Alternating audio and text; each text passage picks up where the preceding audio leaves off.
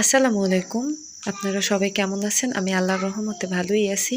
আজকে সন্ধ্যার নাস্তা ডাল ভাজা আর চাউল ভাজা। এটারে কলর ডাল বললে থাকি আমরা বরিশালের ভাষায়। আপনারা কে কি বলেন সেটা আমার কমেন্ট বক্সে জানাইয়েন। এই চাউলটারে আমার খালা শাশুড়ি আসছে, তারে বললাম যে চাউলটা একটু ভাজেন। এই যে চুলায় দিয়ে দিছি চাউল ভাজা। চাউলটারে ভাজতে হবে আগে ভালোভাবে, লাল লাল করে একটু ভাজে নেবেন। এইভাবে একটু বেশি বেশি নাড়াচাড়া দিতে হবে যাতে চাউলটা যাতে না পুড়ে যায়। এরকম এই সন্ধ্যার নাস্তা একটু শীত শীত পড়ছে। সকালে আমরা এই ডালটারে ভিজেই রাখছিলাম। ভিজেই রাখার পরে এই ডালটা খেতে ফালাইছে আমাদের, কলর ডাল খেতে ফালাইছে। সেখান থেকে একটুখানি আমি রেখে দিছি যাতে ভাজ্যা খাইতে পারি। এর জন্য এই ডালটা দেখেন ফুলছে ভেজার পরে। এখন এই ডালটারে ভাজে নেবো।